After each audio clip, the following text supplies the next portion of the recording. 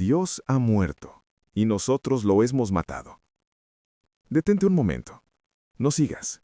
Deja que esa frase resuene, porque no es una provocación barata ni el grito de un lunático. Es la conclusión más honesta y más aterradora a la que llegó uno de los cerebros más brillantes y más incomprendidos que ha producido la historia del pensamiento humano. Su nombre era Friedrich Nietzsche, y lo que dijo no fue que Dios dejó de existir en algún sentido teológico. Lo que dijo fue algo mucho más perturbador, que los seres humanos, con su ciencia, con su razón, con su modernidad satisfecha de sí misma, habían destruido el fundamento sobre el que construyeron todo su sentido, toda su moral, todo lo que les permitía mirar al mundo y decir que valía la pena seguir viviendo. Y entonces surge la pregunta que Nietzsche nos lanza desde el siglo XIX como una piedra contra un cristal. ¿Qué ocurre cuando el ser humano pierde sus valores? ¿Qué queda cuando se derrumba todo aquello en lo que creía? Quédate, porque la respuesta cambia la forma en que ves el mundo. Hay personas que nacen ya marcadas por algo que no saben nombrar todavía. Una sensibilidad que los hace distintos, que los hace más vulnerables al dolor y más hambrientos de verdad que el resto. Friedrich Nietzsche era una de esas personas. Nació el 15 de octubre de 1844 en Rocken, una pequeña aldea rural de Prusia, en el seno de una familia profundamente religiosa. Su padre era pastor luterano, un hombre piadoso y querido por su comunidad. Y el pequeño Friedrich creció respirando un ambiente de fe tranquila, de sermones dominicales, de Dios como presencia cotidiana y natural en cada rincón de la vida familiar. No había razón aparente para pensar que ese niño devoto, que leía la Biblia con fervor y que sus compañeros apodaban el pequeño pastor por su seriedad y su rectitud moral, se convertiría décadas después en el filósofo que declararía la muerte de Dios ante el mundo entero. Pero la vida tiene una crueldad particular con los que sienten demasiado. Cuando Friedrich tenía apenas 5 años, su padre murió de una enfermedad neurológica, posiblemente una degeneración cerebral que los médicos de la época no supieron diagnosticar con precisión. Ese golpe fue devastador para el niño. No solo perdió a su padre, perdió la figura central de ese universo religioso que hasta ese momento había sido su hogar espiritual. Y meses después, para completar la destrucción de ese mundo infantil, murió también su hermano menor Ludwig, de apenas 2 años. 2 muertes en menos de un año. 2 ausencias que el pequeño Friedrich tuvo que procesar con la limitada capacidad emocional de un niño de 5 años que todavía no entiende bien por qué el mundo hace lo que hace. La familia se mudó a Naumburgo, donde Friedrich creció rodeado de mujeres. Su madre, su hermana Elizabeth, su abuela y 2 tías. Era un ambiente afectuoso pero sofocante para un espíritu que ya empezaba a mostrar señales de una independencia intelectual inusual. En la escuela destacó desde el principio por su inteligencia excepcional, especialmente en música y en letras. Componía desde niño, escribía poemas, leía con una voracidad que desconcertaba a sus maestros. Pero también era un niño solitario, que prefería la compañía de los libros a la de sus compañeros, que se quedaba mirando el horizonte con esa expresión que tienen los que están pensando en algo que todavía no existe.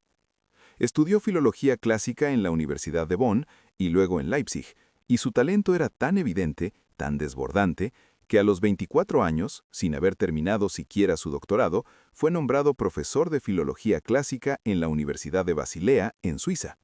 24 años. Una edad en la que la mayoría de las personas todavía está buscando su camino, Nietzsche ya estaba enseñando en una universidad de prestigio. Pero el reconocimiento académico no calmaba esa inquietud interior que lo acompañaba desde niño como una sombra, porque Nietzsche no quería ser un académico respetable que catalogara textos griegos en una biblioteca ordenada. Quería entender algo mucho más grande y mucho más urgente. Quería entender por qué los seres humanos viven como viven, creen lo que creen, y si acaso esas creencias resisten el examen honesto de una mente que no tiene miedo de mirar donde duele. Fue en esa época cuando conoció a Arthur Schopenhauer, a través de sus libros, un filósofo pesimista y oscuro que pensaba que la existencia humana era fundamentalmente sufrimiento, y que esa lectura lo sacudió hasta los cimientos. Y fue también cuando conoció personalmente a Richard Wagner, el compositor más influyente de su tiempo, con quien estableció una amistad intensa y apasionada que luego se convertiría en una ruptura dolorosa y significativa. Nietzsche admiraba a Wagner con la intensidad de los jóvenes que todavía no han aprendido a querer con distancia. Y cuando finalmente lo vio con claridad, cuando entendió que Wagner usaba el arte para manipular emociones en lugar de liberar al espíritu, la decepción fue tan grande que lo transformó.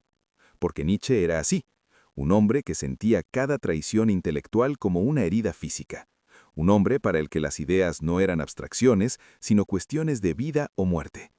Y todavía no había llegado lo peor. Todavía no había llegado la enfermedad, el aislamiento, la soledad que lo definiría durante los años más creativos y más dolorosos de su vida. Un hombre que empezaba a cuestionarlo todo, y que no iba a detenerse hasta llegar al fondo de lo que encontrara, sin importar lo que le costara. Necesitas entender algo fundamental antes de seguir. Cuando Nietzsche dijo «Dios ha muerto», no estaba haciendo una afirmación sobre teología. No estaba diciendo que revisó la evidencia y concluyó que el Ser Supremo no existe. Eso sería demasiado simple, demasiado superficial para un pensador de su profundidad. Lo que Nietzsche estaba señalando era algo infinitamente más perturbador y más cercano a nuestra vida cotidiana de lo que queremos admitir. Estaba señalando que la cultura occidental, impulsada por siglos de razón científica y pensamiento crítico, había vaciado de contenido real a los valores y a las creencias que durante milenios le habían dado sentido a la existencia humana. Dios no había muerto en el cielo, había muerto en el corazón de los hombres. Y lo más aterrador no era la muerte en sí, era que casi nadie se había dado cuenta todavía. Imagina que durante siglos, toda una civilización construye su casa sobre un terreno determinado. Sobre ese terreno edifica sus leyes, su moral, su sentido de lo bueno y lo malo, su respuesta a las preguntas más importantes que un ser humano puede hacerse. ¿Por qué vivir? ¿Qué vale la pena? ¿Cómo distinguir el bien del mal?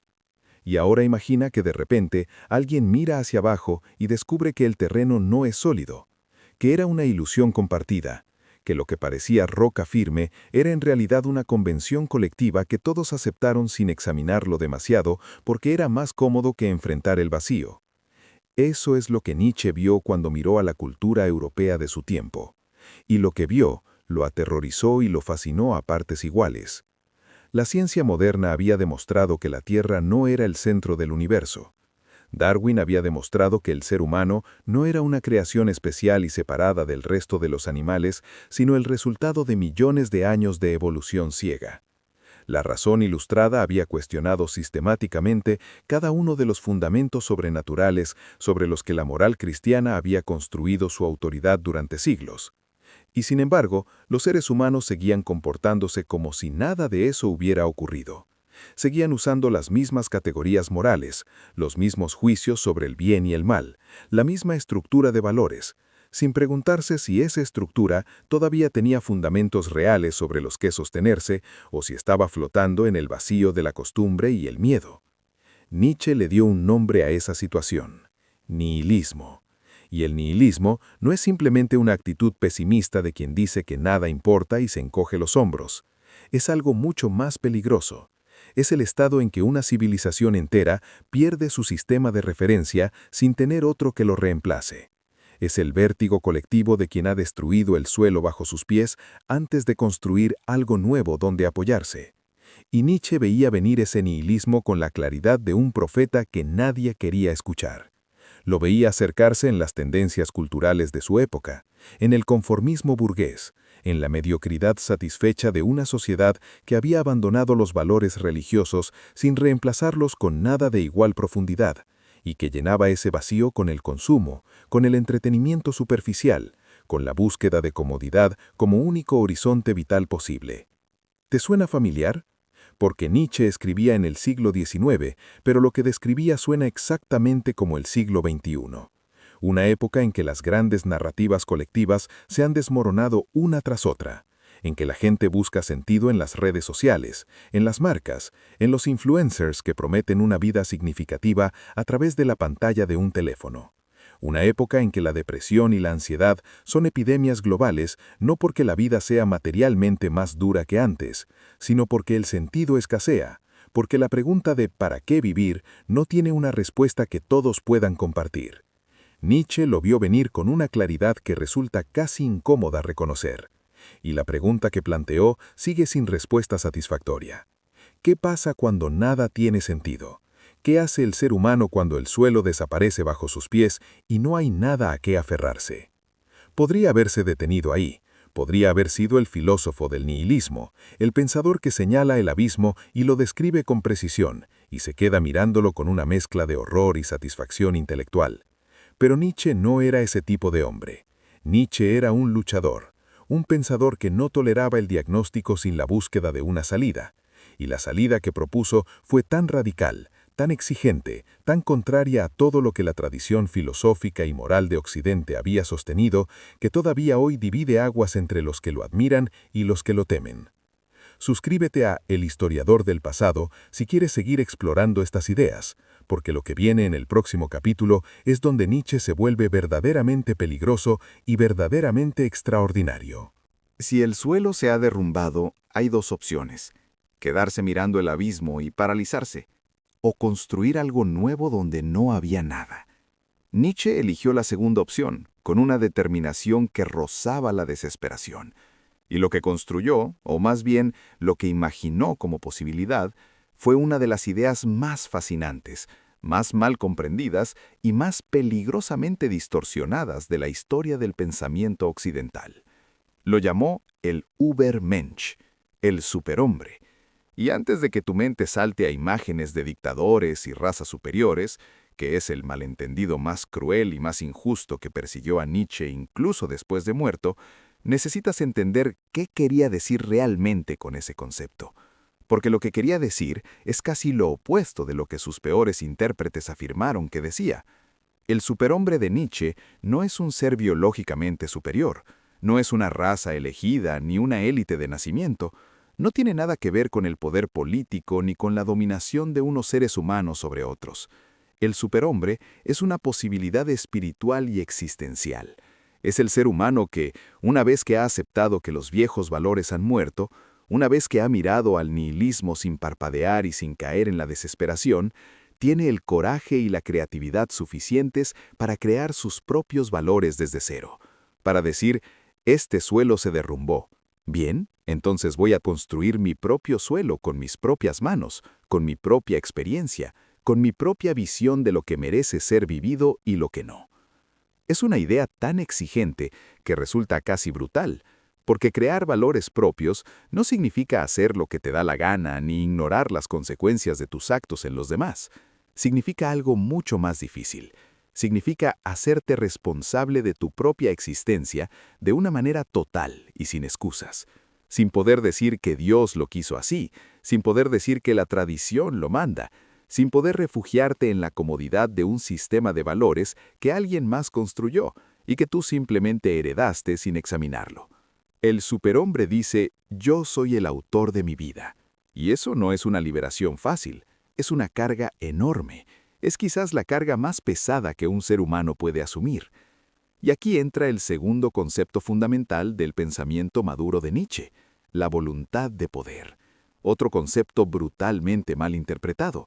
La voluntad de poder no es el deseo de dominar a otros, no es ambición política, ni violencia, ni afán de control sobre personas o territorios.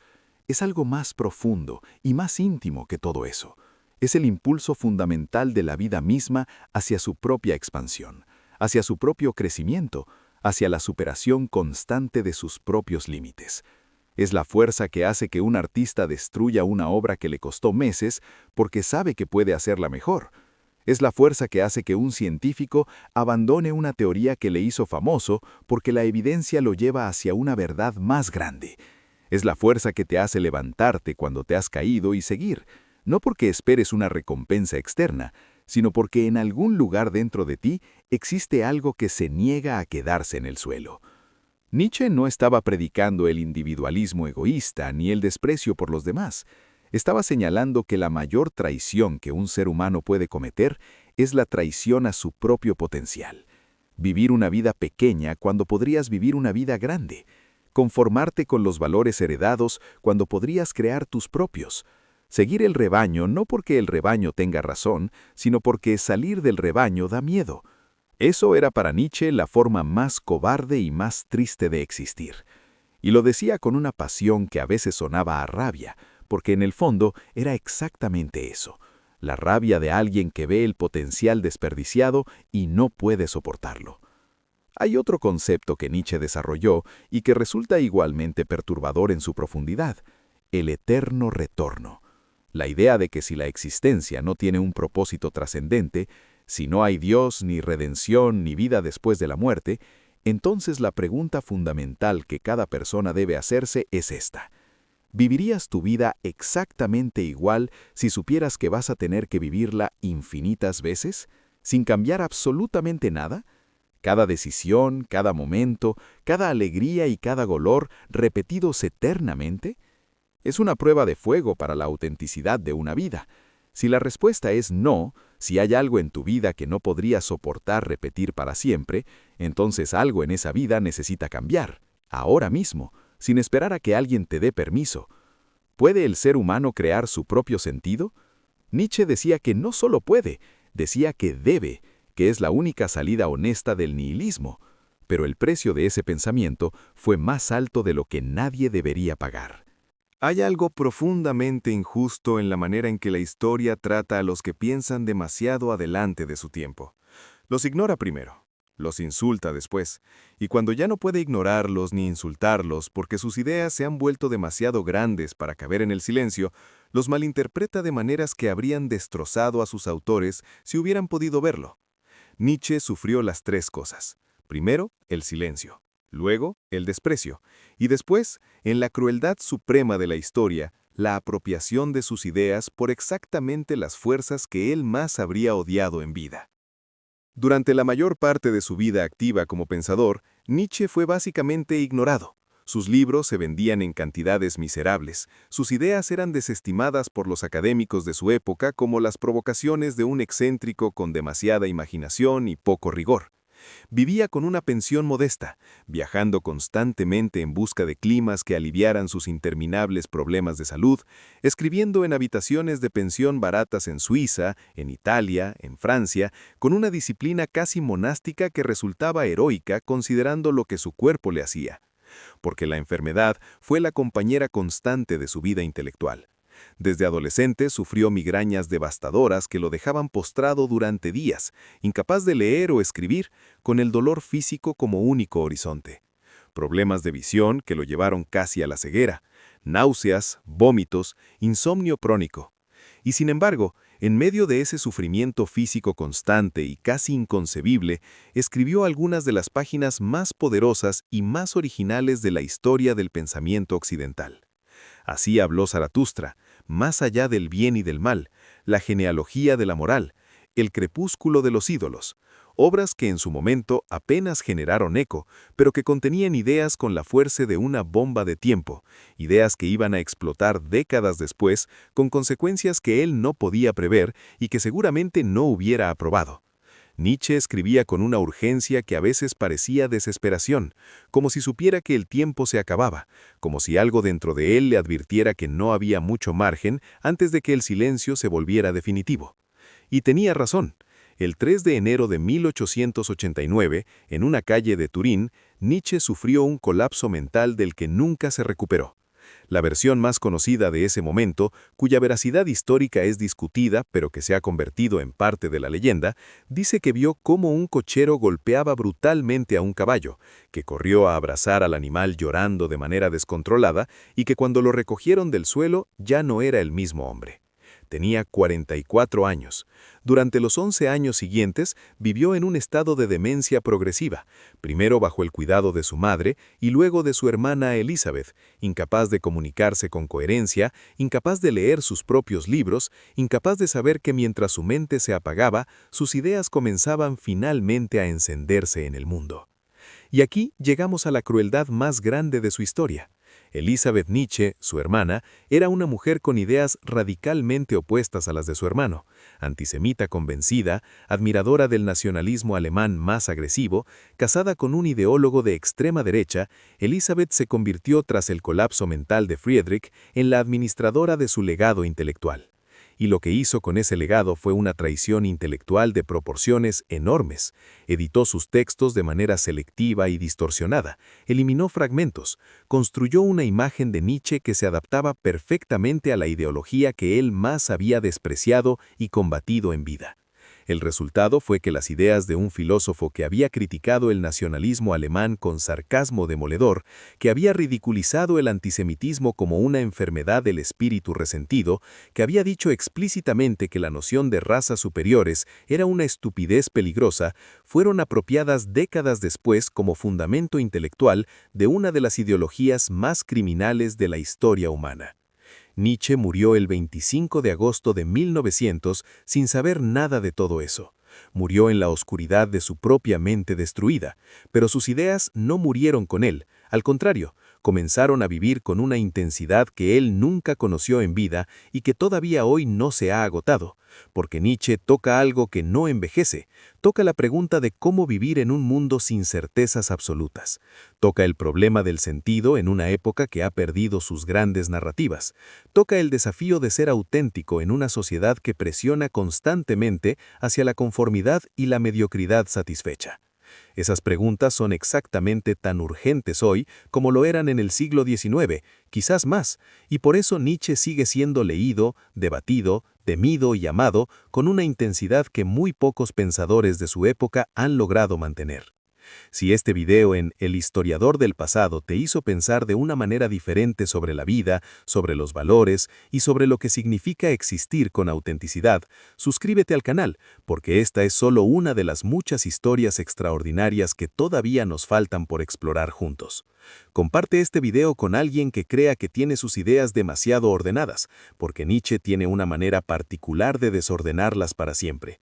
Y dime en los comentarios lo que genuinamente piensas. ¿Fue Nietzsche un genio incomprendido que vio demasiado lejos para su tiempo, o fue un pensador peligroso cuyas ideas causaron más daño en el mundo real?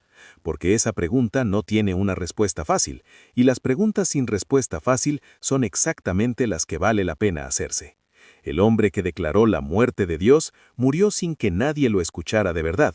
El hombre que imaginó al superhombre pasó sus últimos 11 años sin poder recordar su propio nombre. El hombre que predicó la voluntad de poder fue reducido al silencio por su propio cuerpo antes de que el mundo entendiera lo que había dicho. Hay algo en esa ironía que duele, algo que hace pensar, porque tal vez el verdadero desafío no es entender a Nietzsche, tal vez el verdadero desafío, el único que importa de verdad al final, es entendernos a nosotros mismos.